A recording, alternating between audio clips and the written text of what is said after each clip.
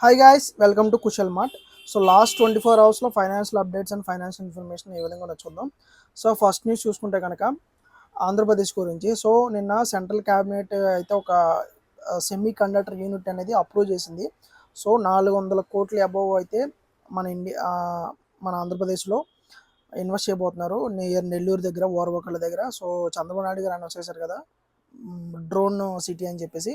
అక్కడైతే ఈ semi conductor plant అయితే స్థాపించబోతున్నారు. So from North Korea. So దీంతోపాటు ఒడిశా అండ్ పంజాబ్లో కూడా స్టార్ట్ చేయబోతున్నారు. సో టోటల్ మన ఆంధ్రప్రదేశ్కి వచ్చేసి 400 కోట్లు అయితే అలొకేట్ చేశారు. సో దీని ద్వారా ఏంటంటే every year 90 million semi conductor chips అయితే వాళ్ళు ఉత్పత్తి చేయడానికి అయితే ప్లాన్ చేస్తున్నారు. సో ఇవి ఏంటంటే మెయిన్గా వీళ్ళు రైల్వేస్ డిపార్ట్మెంట్స్లో కానీ, లేకపోతే ఎయిర్లైన్స్, ఎయిర్ ఫోర్స్, సో వీటిలో యూజ్ చేసే సెమీ కండక్టర్ డివైసెస్ అయితే వీళ్ళు మ్యానుఫ్యాక్చర్ చేయబోతున్నారు. అండ్ సెకండ్ న్యూస్ వచ్చేసి ఐసిఐసిఐ బ్యాంక్ గురించి. సో ఐసిఐసిఐ బ్యాంక్ మీ అందరికీ తెలుసు, లాస్ట్ 2 డేస్లో ఒక వాళ్ళ ఇన్ఫర్మేషన్ అయితే పాస్ చేశారు. అదేంటంటే మినిమం యావరేజ్ బ్యాలెన్స్ అనేది ఇంతకుముందు 10,000 ఉండేది, depends upon urban metro city. So ICICI బ్యాంక్లో మినిమం బ్యాలెన్స్ అయితే 50,000 అయితే మెయింటైన్ చేయాలి.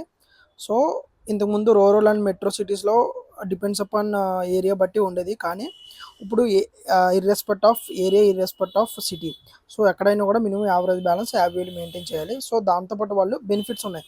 సో అంటే ఫ్రీ ట్రాన్స్ఫర్స్ కానీ, ఫ్రీ చెక్స్ కానీ, చెక్ బుక్ కానీ, కొన్ని బెనిఫిట్స్ అయితే ఉంటాయండి. డెబిట్ కార్డు మీద ఇన్సూరెన్స్ పెంచడం కానీ. సో ఐసిఐసిఐ కాబట్టి టాప్ మోస్ట్ బ్యాంక్ కాబట్టి, one of the best bank కాబట్టి యావరేజ్ బ్యాలెన్స్ నా ఉద్దేశం 50,000 చేయడంలో ఏం లేదు. ఎందుకంటే వాళ్ళు బెనిఫిట్స్ కూడా ఆఫర్ చేస్తారు. ఎందుకంటే నేను ఆల్రెడీ దాంట్లో వర్క్ చేశాను కాబట్టి నాకు తెలుసు.